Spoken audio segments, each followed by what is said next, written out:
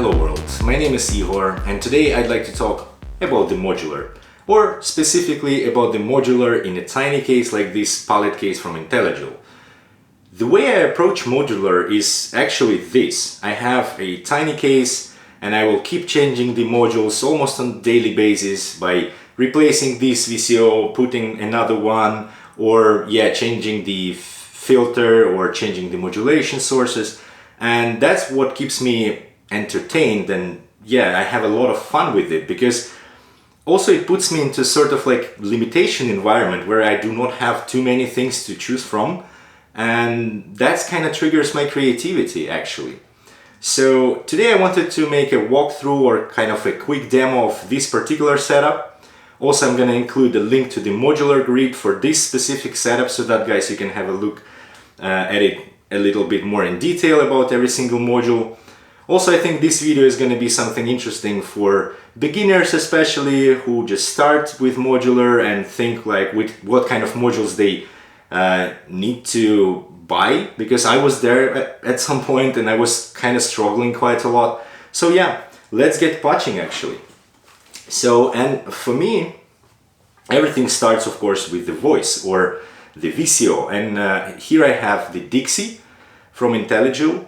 And it's an analog VCO basically with several wave shapes. Let's have a quick demo. So basically I'm gonna grab the pulse wave. Sounds like this.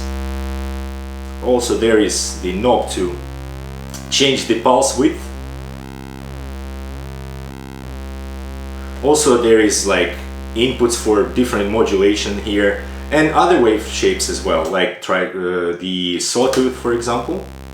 So that's basically one of the modules. And another module quickly here, this is the output module from IntelliJ as well, so that it outputs the audio from basically whatever you put into this module will be routed into these cables basically, and from these cables they go into the mixer. So, and next thing, so we've got our voice. And the next thing I would like to do is to put it into the filter. Quite expected. And this is Polaris from IntelliJ. Multifunctional, really powerful filter actually, with the low pass, band pass, high pass, phaser and whatnot. And it has distortion here as well and clipping. Really powerful filter. So let's grab the output and have a listen. Like no change whatsoever, but if I do this, this is the low pass filter. We can introduce a little bit of resonance and get this sound. Cool. Next thing will be is for us to start shaping it, right? So I need to start shaping, for example, the volume or make a plucky sound. And for that we need envelope generator, and Math is gonna help us with that. Math is an amazing module. I'm gonna include the video of like full review, and I think there is 22 use cases from Loop Op. And I highly recommend you to watch this video if you are interested in Math. It takes quite a lot of place in my synth. I think it's 20 HP, but it's powerful. It has mixer section, it has two kind of envelopes or LFO generators, and quite a lot of other things, including like attenuators and stuff like that. But for now I'm gonna use it as the envelope generator to modulate the amplitude or volume of the sound, and for that also I'm going to use the VCA, and this is dual 1U VCA from IntelliJ. I love it because it's super tiny one and it has two VCAs inside of it. So what basically I need to do, I need to send some trigger here into the Math. Let's grab this Noise Tools clock with some tricks like that, and I'm gonna be triggering Math. So you can see that these LEDs are lightning, meaning that the triggers are coming. And with that, I'm gonna grab the output one from Math and plug it into CVA. which is going to control the volume of the VCA. And now I'm going to put, instead of routing the filter directly into the output, I'm going to route it through the VCA, so that this signal can be, the volume of this signal can be controlled by basically by this envelope. And then the output is going to go into the output from the VCA is going to go into output of the palette case. And we've got our plucky sound. We can change the envelope here, make it like raising and falling, for example. But for bassline today, I'd like to make it sort of like a plucky envelope. And we've got this kind of nice bass sound coming. So the next thing will be to use exactly the same envelope, but for filter, triggering filter, basically opening and closing the filter, which is going to create a really interesting sound.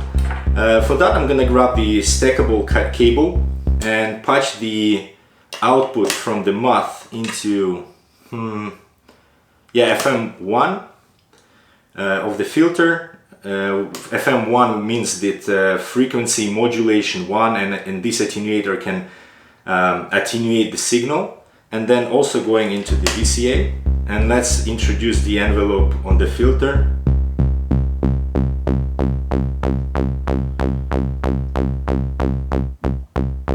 Let's add some resonance. Yeah.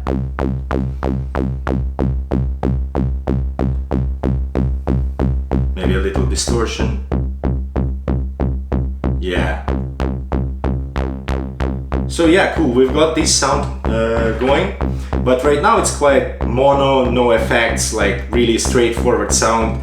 And I can grab the output from the VCA, put into the Emitter Versio. Basically, this looks like Emitter Versio, but the beauty of this module is basically that this is the DSP platform from Noise Engineering, and you can like update or change the firmware of this module. Because, and I think that's an amazing approach actually in modular currently. So Noise Engineering, well done for that. And basically it looks like Emitter Versio, but the firmware inside of it right now is Desmodus Versio, which is reverb and stereo reverb basically. So when I plug this one mono signal into this Emitter Versio or Desmodus Versio, it's going to be normalized into both of the inputs, and then I can grab the outputs, two outputs from the emitter or Desmodus, and put it into the output. And like no change right now, but whenever I introduce like some regen and blend,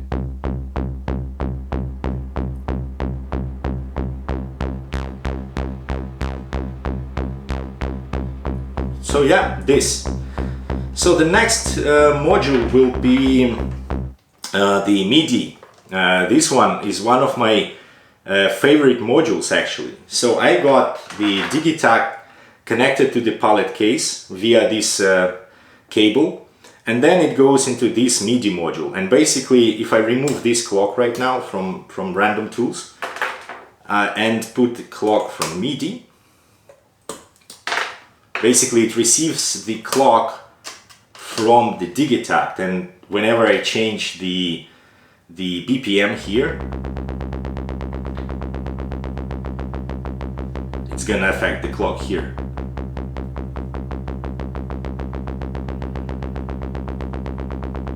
But even further than that, the implementation of this module, like with implementation of this module, you can basically sequence the modular from the Digitac, and that's amazing thing I think for me. So I'm gonna grab the trig from the Digitac, from MIDI basically, and put it into the trig.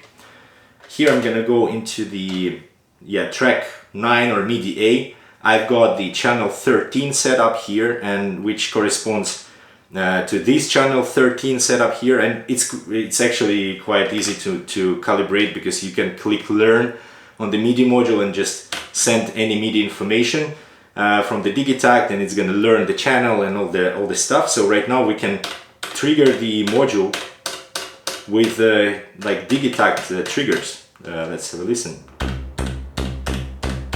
But right now, so I'm in chromatic mode. It's doing the same thing, like the same pitch. But the moment I patch the pitch output from the MIDI into 1 volt per octave of the Dixie, guess what we've got?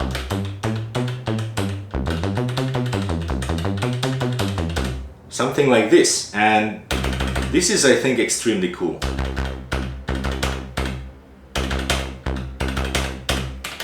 Let's have a listen. What do I have here on my Digitact? Yeah, some beat actually. Let's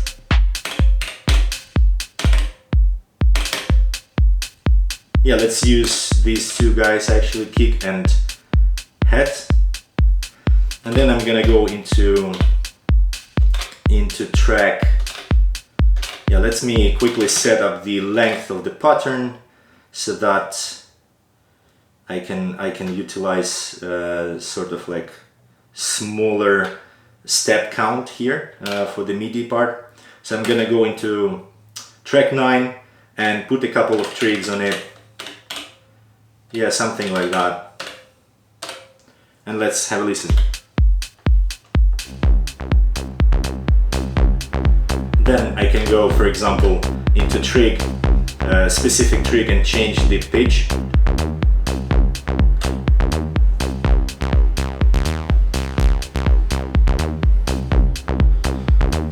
And that's where I would like to showcase the Lapsus Os actually, quite quickly. This is the Attenuator or Attenuverter module, which can be flipped into, wait for it a little bit. So by default, if I'm gonna patch this module into something, it's gonna generate offset, basically 0 volts, 5 volts. If I flip this switch, it's gonna have the range of +5 to -5 volts. Hence, I can control, if I put it into FM2, for example, here, I can basically control the filter with this fader. Or, yeah, let's put it into the last fader, and let's have a listen. So the bottom sweet spot is going to be that, and then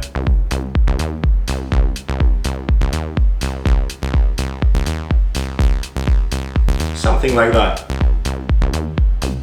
Then what I can also do, I can grab that same output and put it into the resonance modulation and introduce it a little bit here with this attenuator. And then, like, by increasing this fader or amount of voltage on this output, it's gonna kind of turn the cutoff together with the resonance as well. And yeah, let's listen.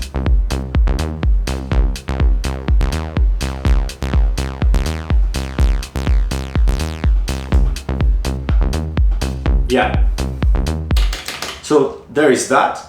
Then I can, of course, control, for example, the amount of reverb here. So I can, for example, do something like that.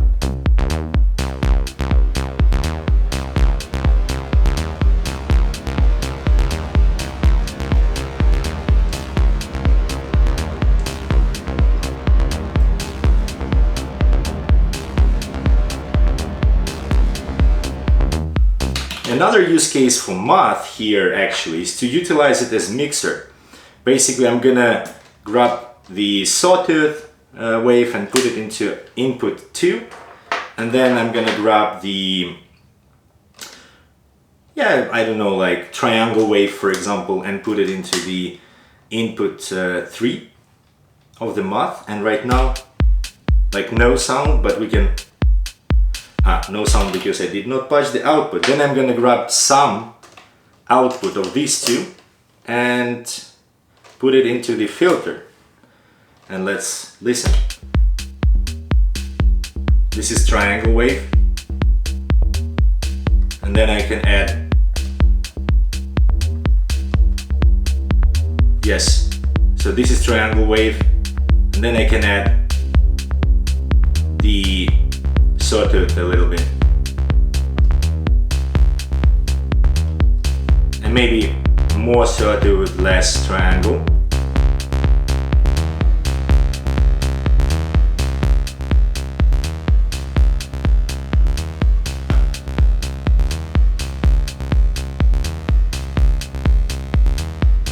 Yeah, so this. Also what I can do on the Digitact, I can put like 6 steps here on the sequence, and yeah, do it something like that.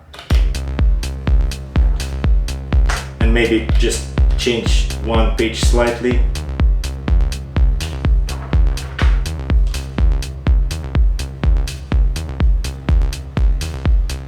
Yeah, something like that. Cool. And then also I have clap DS, and that's where I think it can get really interesting. So I can, for example, remove the modulation of the resonance and introduce, let's say, 1, 2, 4 steps on the clap DS. So clap DS is a step generator, like step modulation or step CV generator. And I can basically clock it with with the same sequence. That's where the palette case gets handy. So I can multiply the output of the trig into this input, and it will be duplicated or multiplied into these 4 outputs. So I'm gonna grab one output going into the envelope, and the second output is gonna go into the clock of clap DS. So basically what clap DS is going to do is on every single step it's going to generate a new value, like from 0 to 5 volts. Like on the first step it's going to be 0, then divided by 4, yeah, I think it's like 1 and something, and then up to 5, and then resets and goes back from 0. And if I patch this one output into oh, that's gonna be something interesting. I'm gonna patch the output from this guy into the offset, into the lapses attenuator here. And from this attenuator, I'm gonna patch output into the offset of the 4th track, which controls the resonance. I'm gonna, by the way, put the resonance back because, yeah. And then what it's gonna do is basically this sends the CV information here, and the moment I introduce the full amount, or like at least a little bit of amount here, it's gonna add the offset of this voltage into the 4th track. I think it kind of makes sense, but yeah, let's listen to that. So you can have a look that this LED right now blinks differently, like going from fully not lit to like gradually lit to the full amount. That represents, actually on every single module, the LEDs represent CV value or some signal being sent through it. So yeah, and now I can go open the filter up,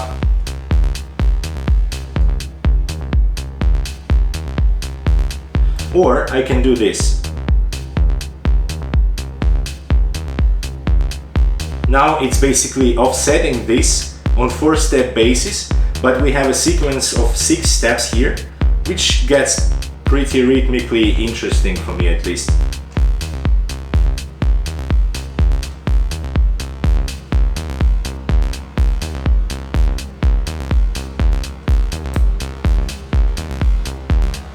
Yeah, and the last but not least module I have here is the random tools or noise tools from Noise Engineering. This is a quite crazy module actually, with yeah, it can generate different kind of noise, like pink and white noise. It can generate clock. It has sample and hold and quite some interesting stuff there. And usually I can use it for some like sound design session. For example, I can put white noise instead of triangle wave into the mixer. Let's grab the longer cable. and yeah, get the white noise going in the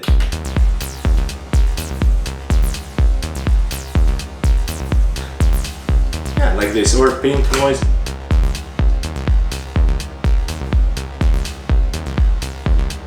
Can also be used as slew. For example, if I grab the pitch output and put it into the slew input, and from here the slew output gonna go into volt per octave, I can introduce some sort of like sliding over the pitches.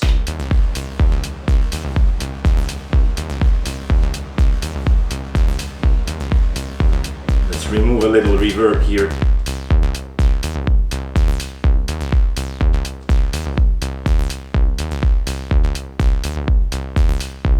Yeah, so that's the use case. Also, this module is the line-in module. For example, I can send the audio from the Digitact or any other audio into that input and then patch it into some modulation or filter or reverb. I actually love to process a lot of my sounds over this reverb, over Desmodus VCO.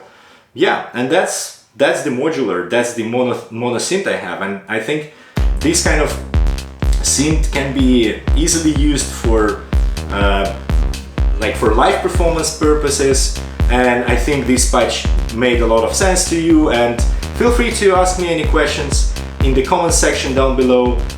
Reach out to me on Instagram as well. I have the link to my account right there in the description. Yeah, have fun. I guess that's pretty much it. If you like it, put a like on this video. If you didn't, put a dislike and leave a comment on how I can improve those videos in the future. Yeah, subscribe to support this channel and have fun.